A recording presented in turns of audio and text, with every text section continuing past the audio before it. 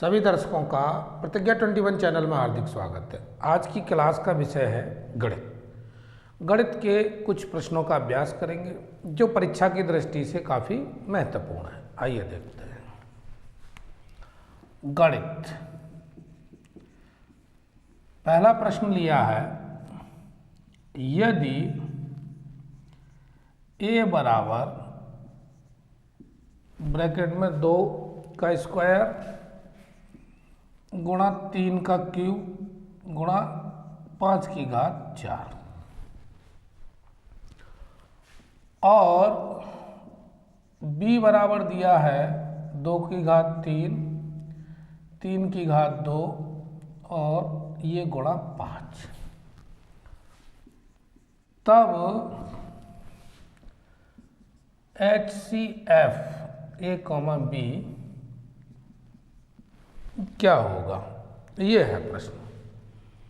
अब इसमें पूछा है HCF, क्योंकि सिलेबस में है HCF और LCM, तो उन्हीं के प्रश्नों में से एक ये पूछा गया है कि भाई इसका HCF क्या होगा। तो पहले भाई हम क्या करेंगे, 2 की घात 2 गुणा 3 की घात 3 5 की घात 4, ठीक। इसको लिख लीजिए 2 गुणा 2 और 3 गुणा 3 गुणा 3, 5 गुणा 5 गुणा 5 गुणा 5। जो घात के रूप में था उसको हमने हटा के क्या कर दिया, ऐसा विस्तार कर दिया इसको गुणा में। और b दिया हुआ है कितना, 2 की घात 3, 3 की घात 2 और 5। आपको क्या करना है, 2 गुणा 2 गुणा 2, 3 बार, इसकी घात 2 की घात 3 है तो 3 बार लिख दीजिए, 3 गुणा 3 और गुणा 5, इतना बार काम कर लिया। उसके बाद HCF निकालना है, तो इन दोनों में ये देखो कॉमन है, क्योंकि निकालना हमको HCF है। फिर इसमें देखो ये 3 कॉमन है, ये भी कॉमन है और ये 5। बाकी संख्याएं जो कॉमन नहीं थी उनको हटा दिया। तो अब हमारे सामने एक तो 2 था, ये वाला भी 2, 3 और 3 और ये 5, इतना ही तो है। इसका आपस में जब गुणा करेंगे, ये 4 हो गया, ये 9 हो गया और ये 5 हो गया। फिर इनका गुणा करेंगे तो 180, तो ये हो गया आपका आंसर। 9 दूनी 18 होता है और ये 0 लग ही गया। HCF आप ऐसे निकाल दीजिए, ये आपका आंसर हो गया। यदि ये सवाल a बराबर ये और b बराबर ये दिया हो तो HCF कितना होगा, 180। अब चलेंगे भाई दूसरे सवाल की ओर। दूसरा प्रश्न है,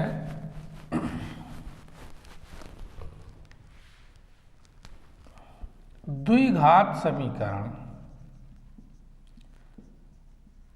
द्विघात समीकरण mx² plus 3x plus 2 is equal to 0 में x के मान 2 या -1/2 के लिए, यहाँ पर क्या दिया हुआ है, द्विघात समीकरण दिया हुआ है mx² plus 3x plus 2 is equal to 0 में x के मान 2 या -2 के लिए m का मान ज्ञात कीजिए। अब ये जो m है, x² का कोफिशिएंट गुणांक, उसका मान पूछा है। ऐसा सवाल आ जाए मान लो परीक्षा में, तो करना क्या है इसमें, कुछ नहीं करना है, एक काम ये करना है कि जो ये दिया हुआ है ना x के मान 2 या -1/2, ये इस समीकरण यानी द्विघात समीकरण में रख दीजिए x बराबर। तो मान लीजिए हम पहले x बराबर 2 समीकरण में रखने पर, तो mx² + 3x + 2 = 0। अब हम रख रहे हैं x की जगह पर 2 का स्क्वायर प्लस 3 × 2 + 2 = 0। तो ये तो 4m हो गया प्लस ये 6 और ये 2 बराबर 0। 4m = -8 हो जाएगा। 4 और 2 6, वो 6 और 2 8, और 8 को उधर ले जाएंगे राइट हैंड साइड में, तो माइनस का हो जाएगा। 4 का भाग लगाएंगे 2, तो m की वैल्यू कितनी आई -2। तो m का मान कितना आएगा -2। ये हो गया आंसर। ये शर्त दोनों में लागू होगी, चाहे आप 2 रखो या -1/2 रखो। आंसर तो आपका ये निकल आया। फिर भी आप चाहें तो देखो इसको भी देख लीजिए, -1/2 रख के आंसर सेम ही आएगा, आंसर में कोई बदलाव नहीं होगा। अब यहां पर लिख दीजिए -1/2, m × -1/2 होल स्क्वायर प्लस 3 × -1/2 + 2 = 0। ठीक है ना। ये हो जाएगा 1/4 m, और ये हो गया माइनस में आ जाएगा 3/2 प्लस 2 बराबर 0। यहाँ तक बात क्लियर हो गई। अब इसको राइट हैंड साइड में ले जाओ, तो -2 + 3/2 हो गया। एलसीएम लेंगे 2, तो -4 + 3 हो गया, तो ये हो गया -1/2। यही तो आया, क्योंकि माइनस का 4 था और प्लस का 3 है, तो कुल मिलाकर माइनस का 1 बचेगा।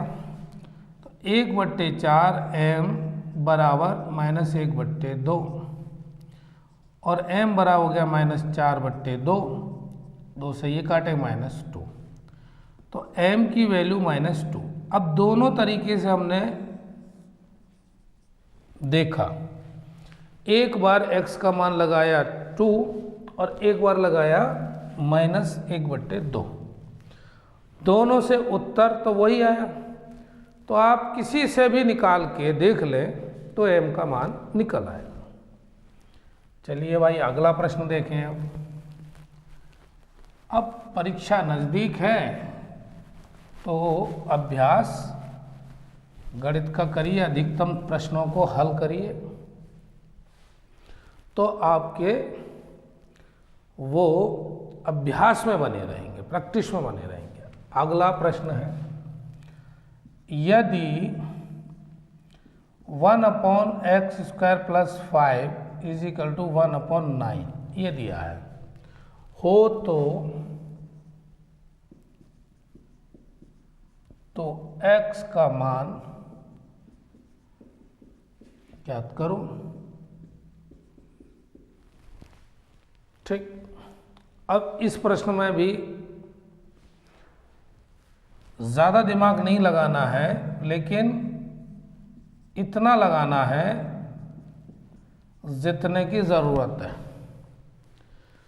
इस सवाल को ऐसे उतारा, फिर हमने क्या किया, क्रॉस मल्टीप्लिकेशन, तो x² + 5 = 9 हो गया, कोई बड़ी बात नहीं।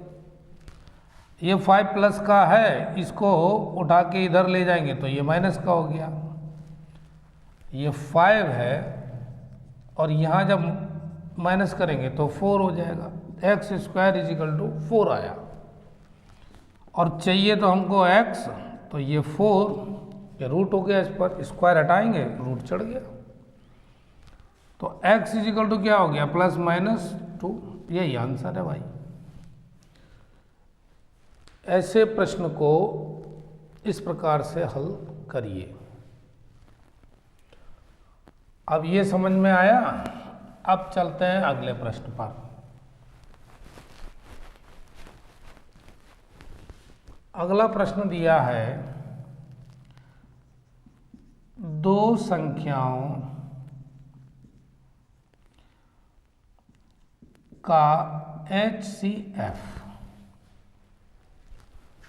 दो संख्याओं का HCF 23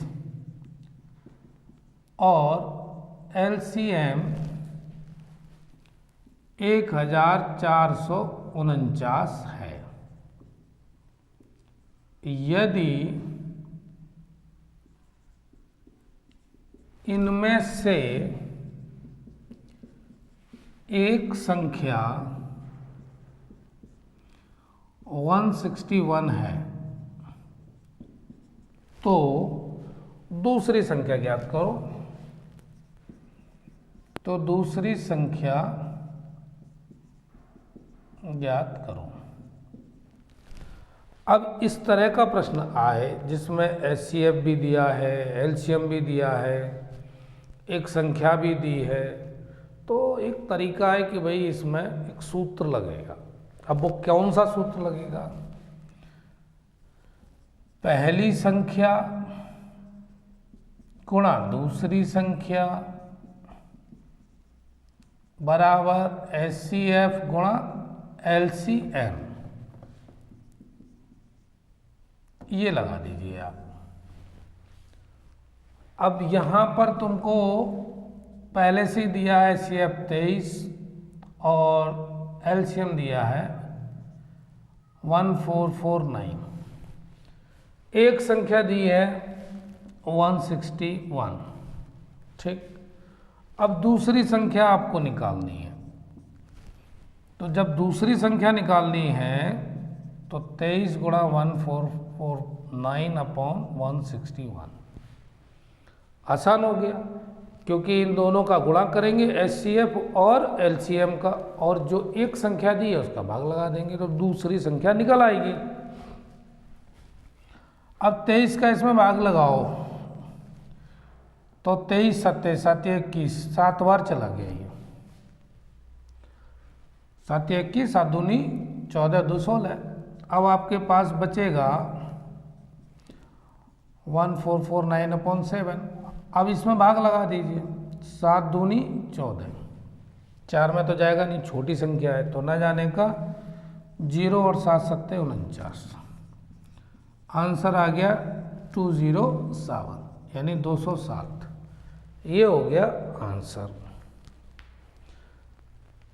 ऐसा प्रश्न परीक्षा में पूछा जाता रहा है और ये संभावना है कि परीक्षा में पूछा जाएगा, तो भाई क्यों ना तैयार किया जाए, कर लिया जाए।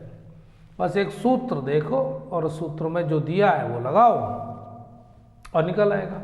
मान लो अगर दोनों संख्याएं दी होती और HCF दिया होता तो LCM पूछता, या दोनों संख्याएं दी होती और LCM दिया होता तो HCF पूछता।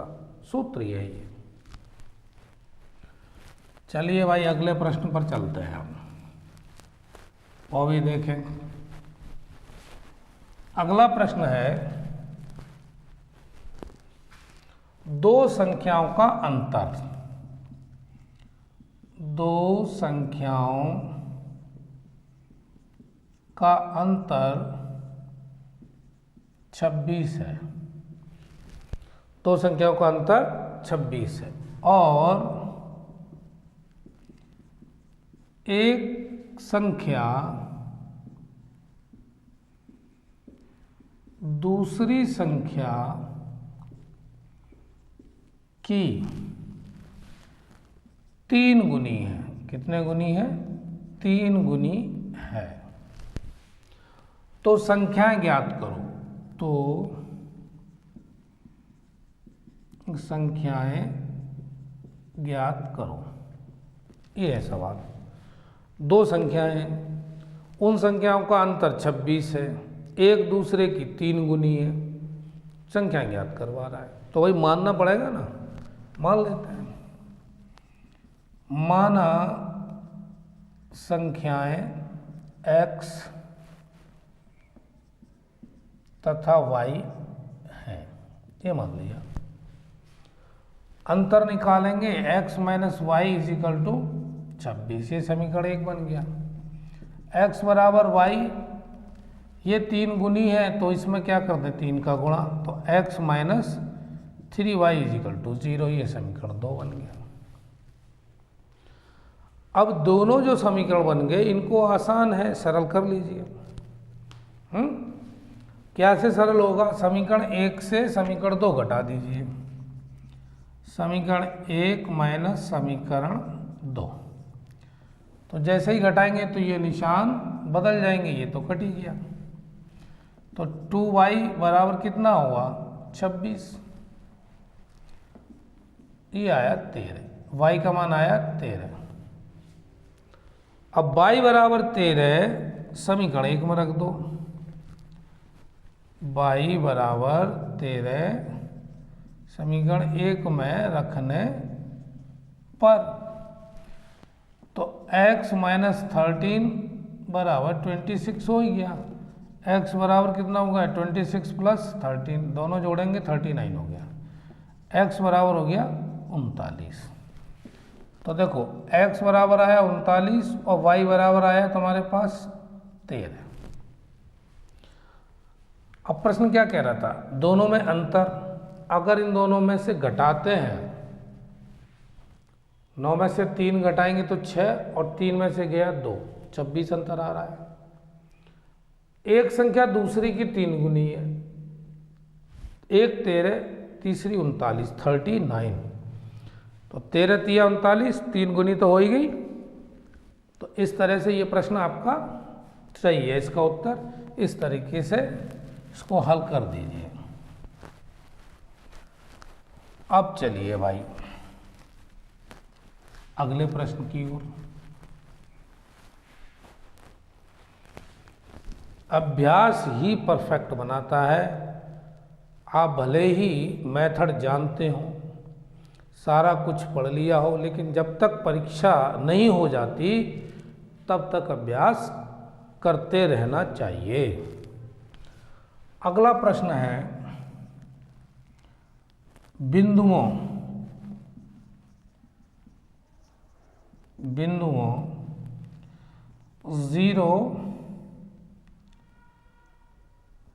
0 और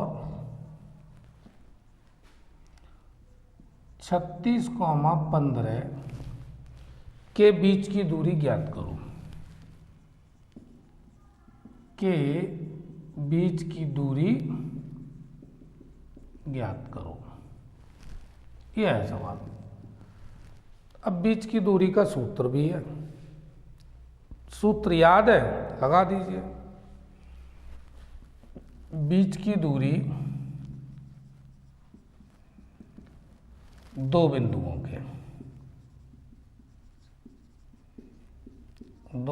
के बीच की दूरी बराबर क्या होता है, रूट के अंदर x2 माइनस x1 का whole square plus y2 minus y1 का होल स्क्वायर, ये सूत्र है। अब बिंदु आपके पास दिए हैं 0, 0 और दिया हुआ है 36, 15, ये x1, ये y1, ये x2, ये y2 मान लिया। अब लगा दीजिए इसमें, इसी आधार पर x2 की जगह 36 है, x1 0 है ही, y2 15 माइनस y1 0 स्क्वायर, सूत्र में रख दिया। अब क्या करेंगे भाई, 36 में से 0 घटाएंगे तो 36 ही तो आएगा, तो 36 का वर्ग हो गया, ये 15 का वर्ग हो गया। अब 36 का स्क्वायर करेंगे तो ये आएगा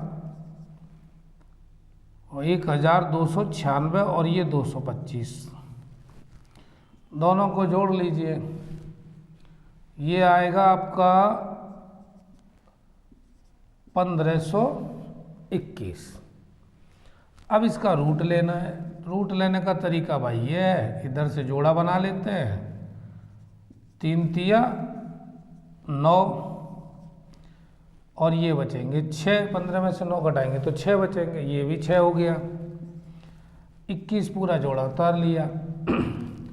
अब यहाँ पर 1 है तो 9 में 9 का गुणा करते हैं तो 9 9 81 है ना, 1 हाथ से लगा 8 और 9 6 54 और 8 62 हो गया। तो ये कितनी बार गया 39, यानी इसका जो वर्गमूल है वो है 39, ये आंसर हो गया। तो बीच की दूरी कितनी निकल के आई 39 यानी 39। ये रहा सवाल और इस सवाल का ये सूत्र, और सूत्र में लगा दीजिए मान, उसके बाद आ जाएगा उत्तर। चलिए भाई अगला प्रश्न देखें आप।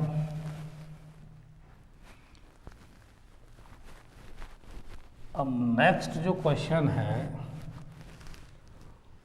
वो है समीकरण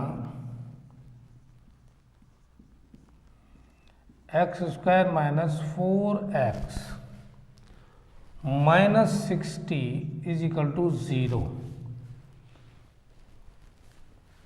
को हल कीजिए।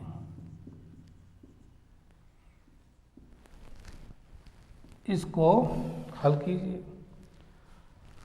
अब इस पूरे समीकरण को देखने पर पता चलेगा कि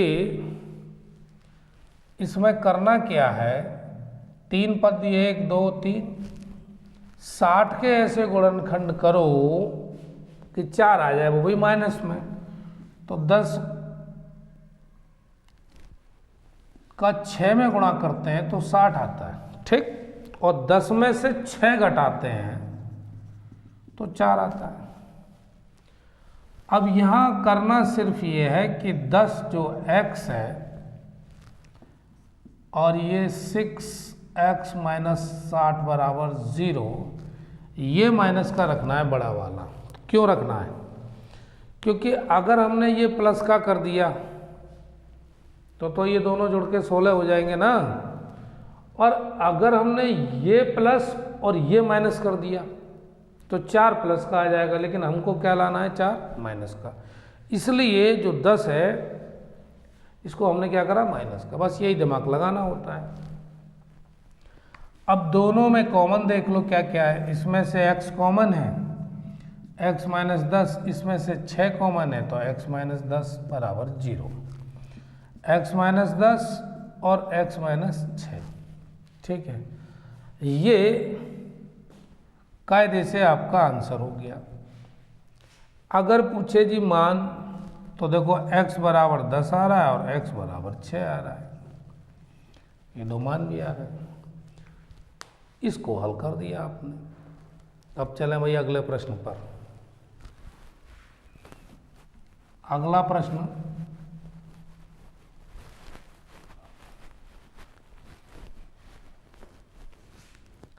अगला प्रश्न दिया है, यदि किसी त्रिभुज में साइन थीटा बराबर 5/13 हो तो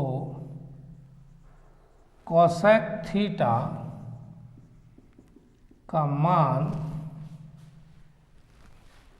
ज्ञात करो। अब ये त्रिकोणमिति का प्रश्न है, ठीक है। अब त्रिकोणमिति के जितने भी अनुपात हैं अगर वो ढंग से पढ़े होंगे तो ये निकल जाएगा। जैसे साइन थीटा बराबर होता है 1 कोसेक थीटा, इसका ये बिल्कुल उल्टा होता है। अब इसमें आपको मान दिया है कितना 5/13 दिया है, या ऐसे लिख लो कोसेक थीटा बराबर 1/sin थीटा, एक ही बात है। अब यहां मान दिया है 5/13, तो इसका उल्टा क्या हो गया 13/5। कोसेक थीटा बराबर 13/5 ये हो गया, क्योंकि साइन का उल्टा क्या होता है कोसेक, और साइन थीटा बराबर क्या दिया है लंबवटिक कोण, और कोसेक थीटा बराबर क्या होता है बिल्कुल उल्टा। जैसे ये लंबवटिक कोण है, अब आप करवटें लंब कर दीजिए, 9 निकल आया, ये आंसर हो गया। बस यही है कि इनके सूत्र आपके दिमाग में होने चाहिए, जब परीक्षा देने जाएं तो पूरा रिवीजन करके जाएं। अब एक और लिया है त्रिकोणमिति का प्रश्न, सिद्ध कीजिए, सिद्ध कीजिए 1 + tan स्क्वायर ए, या थीटा की जगह पर लिया गया है A, 1 + tan square A into cos square A is equal to 1। और ये सिद्ध करवा रहा है कि भाई ये जो लेफ्ट हैंड साइड है वो राइट हैंड साइड के बराबर होनी चाहिए। अब take left hand side 1 + tan square A, और ब्रैकेट में, और सॉरी ये तो बंद हो गया ब्रैकेट में, और फिर ब्रैकेट के बाहर है cos स्क्वायर ए। अब एक तरीका तो ये है कि हमें सूत्र याद हो, 1 + tan स्क्वायर ए बराबर होता है sec square A, sec square A into हो गया cos स्क्वायर ए, और sec हमेशा उल्टा होता है किसका cos का, 1/cos square A into cos square A. इसको काट दिया, आंसर आ गया 1 is equal to right hand side, ये बिल्कुल बराबर में हो गया। एक तो तरीका ये है कि भाई हमें सूत्र याद है, लगाया और निकल गया। दूसरा तरीका ये भी है कि इसको अगर हम तोड़ लें, ठीक, साइन और कॉस में, साइन स्क्वायर ए बट्टे cos square A into cos square ए, ये तो बाहर है ही, एलसीएम आया cos स्क्वायर ए प्लस साइन स्क्वायर, ये आपका ब्रैकेट में बंद, पूरा ही दिया हुआ है बंद, तो लो जी पूरा ही कर लो, और ये बाहर है cos स्क्वायर ए। हमने अब दूसरा जब विधि अपनाई तो क्या विधि अपनाई, इस मेथड में कुछ नहीं है, तोड़ दिया जी साइन और कॉस में, तो sign square theta plus cos square theta बराबर 1 होता है, तो 1/cos स्क्वायर ए लिख दोगे, और ये भी cos स्क्वायर ए दिया हुआ है, दोनों काटेंगे तब भी तो 1 ही आ रहा है, is equal to right hand side, ऐसे भी कर लो। अच्छा ये रहे कि भाई सूत्र याद है तो बढ़िया बात है कि 1 + tan स्क्वायर ए बराबर sec स्क्वायर ए होता है, और अगर नहीं याद है तो ये भी एक तरीका चाहिए, तो फिर भी यहाँ भी ये सूत्र है cos square sine square theta plus cos square theta is equal to 1, तो ये बिना सूत्र के तो ये सवाल नहीं निकलेगा, याद तो रखना ही पड़ेगा। अब ये 2 प्रश्न हमने देखे किसके, त्रिकोणमिति से संबंधित। अब अगला प्रश्न देखते हैं,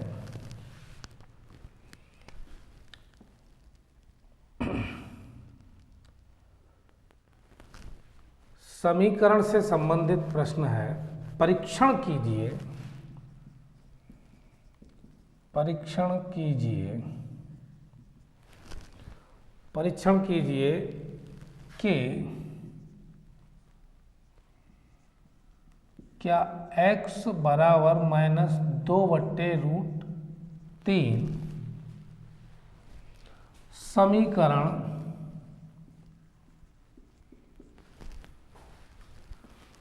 √3x² plus 11x plus 6√3 is equal to 0 का एक मूल है।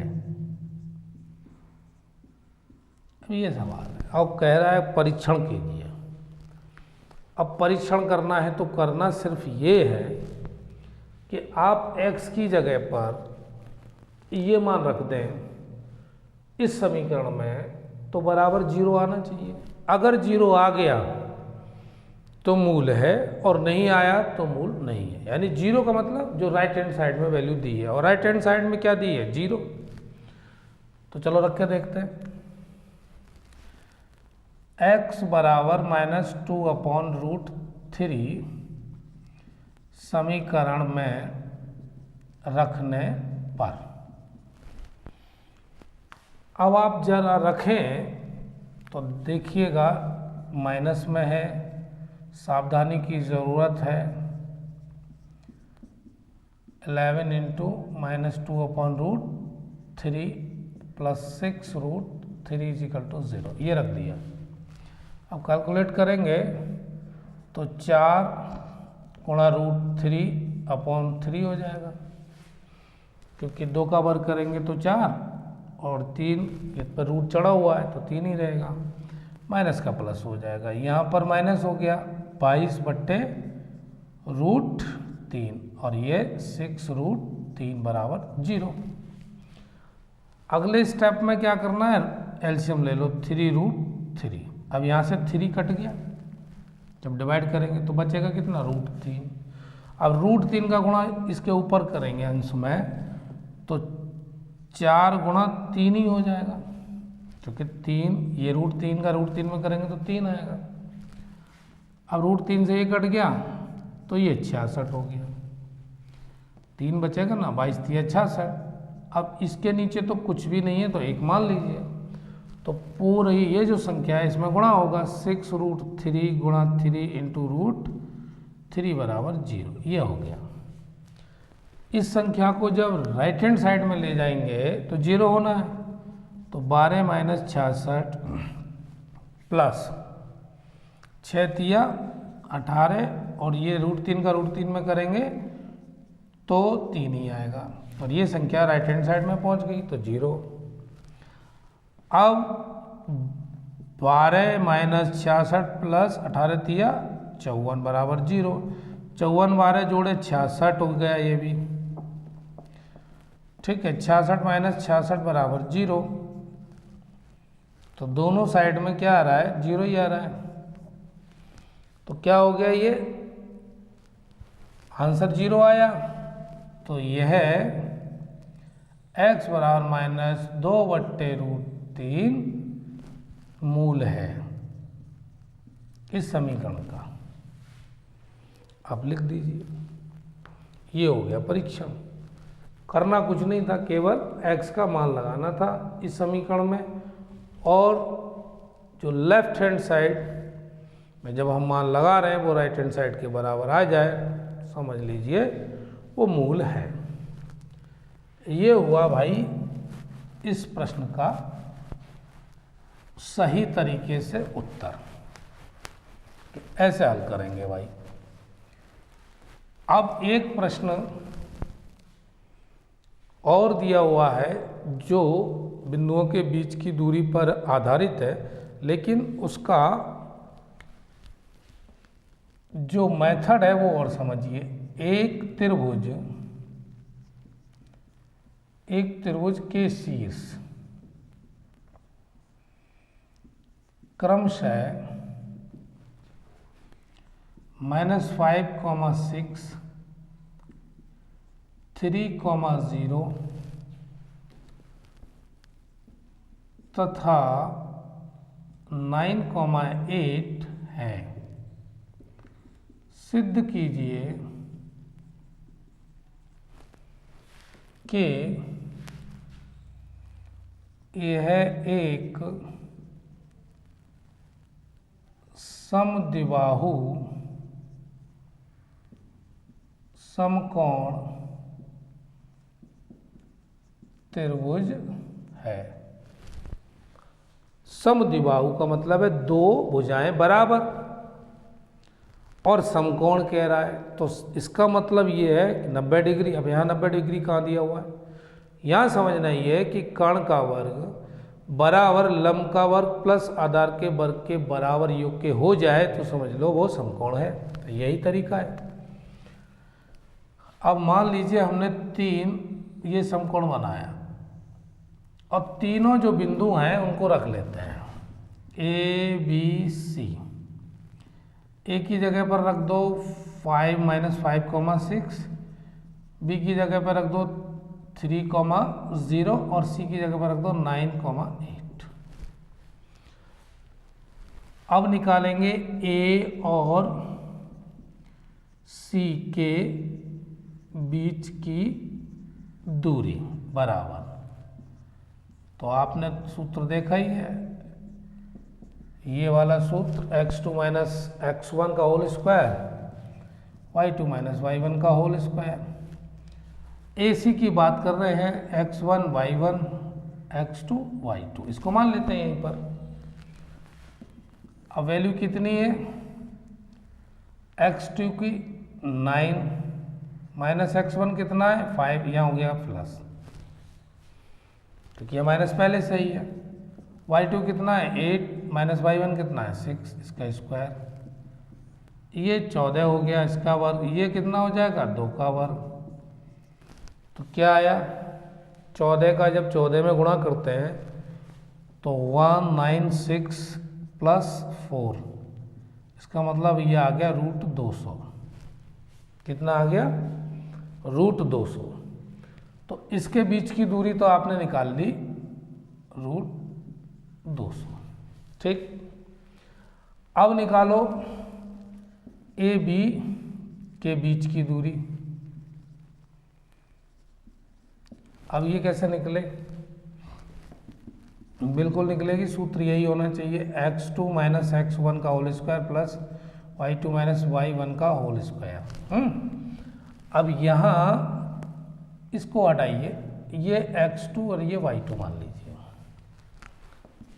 अब करना क्या है, x2 की वैल्यू 3 - x1 कितना है 5, तो प्लस का 5 हो गया स्क्वायर, प्लस y2 कितना है 0, y1 कितना है 6। अब इसको भी सॉल्व करेंगे तो 8 का स्क्वायर प्लस 6 का स्क्वायर, तो कितना हो गया ये 64, और ये 36 और रूट का 100। अब इसका ही वर्गमूल लेते 10 होता, लेकिन हम यहाँ इसको ऐसे ही लिख दे रहे हैं √100, ये भी हो गया। अब हम निकाल के देखें B और C के बीच की दूरी। अब B और C के बीच की दूरी जब निकालेंगे तो फिर वही फॉर्मूला, x2 - x1 का whole square plus y2 - y1 का होल स्क्वायर। अब यहाँ पर ये x1, ये y1, ये x2, ये y2 कर लीजिए, इतना दिमाग लगाइए। x2 की वैल्यू कितनी है यहाँ पर 9 माइनस x1 कितना है 3 स्क्वायर प्लस y2 कितना है 8 माइनस y1 0 का होल स्क्वायर। अब जैसे ही 9 में से 3 घटाते हैं तो 6 का वर्ग और ये 8 का वर्ग, तो ये कितना हो गया 36 प्लस 64 बराबर √100। तो देखिए इसका भी मान कितना आया √100, ये आया। अब इस सवाल में दो भुजाएं तो एक जैसी हो गई, तो जिनके मान थे वो एक जैसे हो गए। तो मैं यहाँ तक बिगाड़ रहा हूँ, अब इसको आगे समझेंगे, कैसे समझेंगे।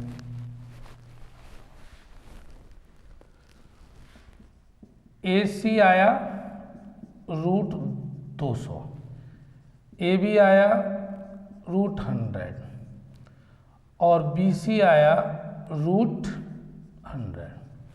तो अब जो त्रिभुज बनेगा उसमें जो बड़ी भुजा है AC, ये रूट कितनी हो गई 200 और AB कितना हो गया √100 और ये भी BC √100। तो कायदे से ये बन गया आपका त्रिभुज, और ये बिल्कुल समकोण है, दो भुजाएं हैं बराबर, ये तो बात क्लियर हो गई।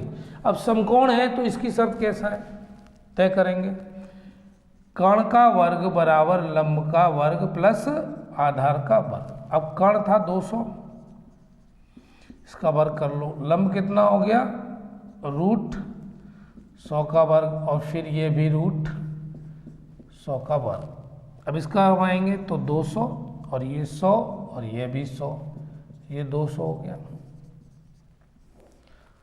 तो कर्ण का वर्ग बराबर लंब का वर्ग प्लस आधार का वर्ग, दोनों के मान बराबर आ रहे हैं। अतः त्रिभुज एक समद्विबाहु समकोण त्रिभुज है। ये आप लिख दीजिए, ये आपका हो गया उत्तर।